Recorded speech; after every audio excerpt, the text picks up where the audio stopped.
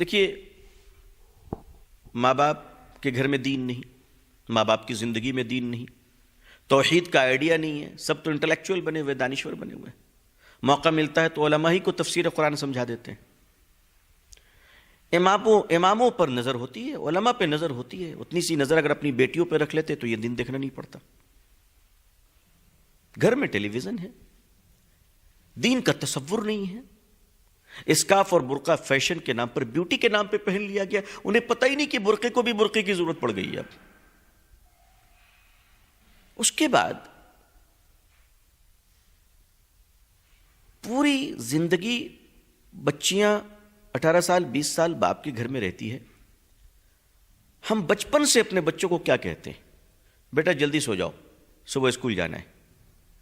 بچوں کے کان ترس گئے یہ سننے کے لیے کہ ماں باپ کبھی کہے کہ بیٹا سو جاؤ، صبح فجر کی نماز پڑھنی ہے۔ 20-20 سال کی بیٹیاں ہو گئی، بیٹے ہو گئے، کبھی نہیں سنا ماں باپ سے۔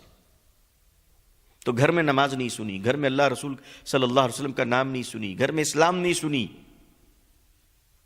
کیا ہوگا؟ وہ لڑکیاں جب باہر نکل رہی ہیں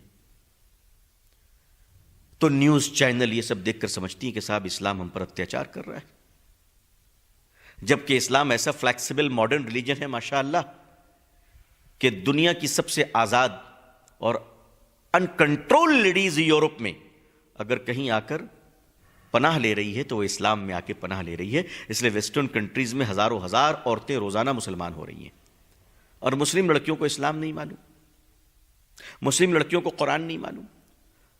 یہ سارے ذمہ دار علماء ہیں، ماں باپ نہیں ہے۔ موبائل آپ نے دیا، کیڈبری آپ نے دی، بچپن سے 3 سال کی عمر سے آپ اپنی بیٹی کے برتھ ڈے مناتے ہیں، اور بیٹی کے اسکول کے فرینڈز اس برتھ ڈے میں آتے ہیں، تو 3 سال کی عمر میں تو بڑا مزہ آتا ہے برتھ ڈے منانے میں کہ بیٹی بھی کیوٹ لگ رہی ہے، سامنے پڑوسی کا لڑکا بھی کیوٹ لگ رہا ہے، دونوں میں بچپن سے دوستی ہو گئی۔ اب وہ لڑکا کوئی بھی رہے، کسی بھی کاسٹ کا، کسی بھی ریلیجن کا رہے، اب دونوں آہستہ آہستہ گروتھ کر رہے ہیں۔ 20 سال کے بعد لڑکی 23 ایئرس کی ہو گئی، لڑکا بھی 23 ایئرس کا ہو گیا، تو دوستی اور پیار بھی 23 سال پرانا ہے، 20 سال پرانا ہے۔ ہر سال برتھ ڈے کے نام پر آپ پوری پوری رات جگتے ہیں، ماں کمر ہلا رہی، باپ کمر ہلا رہا ہے۔ ایسے گھروں کی بیٹیاں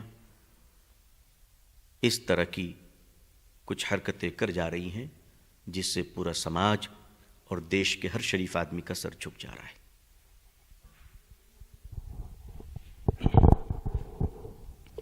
ایک سوال یہ ہے، کچھ ایسے ویڈیوز بھی سامنے آئے ہیں جن میں یہ بات کہی گئی ہے کہ یہ لڑکیوں کا اپنا جرم ہے، اس کی وجہ سے پوری قوم کو ذمہ دار نہیں قرار دیا جا سکتا، کیا آپ اس بات کو صحیح سمجھتے ہیں؟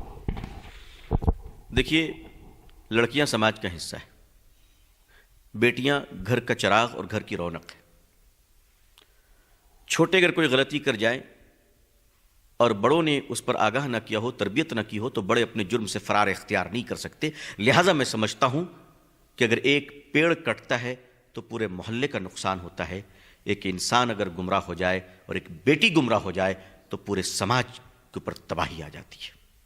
یہ پورے سماج کا نقصان ہے، اور میں تو اس میں اپنے آپ کو بھی ذمہ دار سمجھتا ہوں، کیونکہ سماج کی بیٹی ہے، ہماری بیٹی ہے، دیش کی بیٹی ہے۔ ہم یہ کیسے کہہ سکتے کہ ہم ذمہ دار نہیں ہیں؟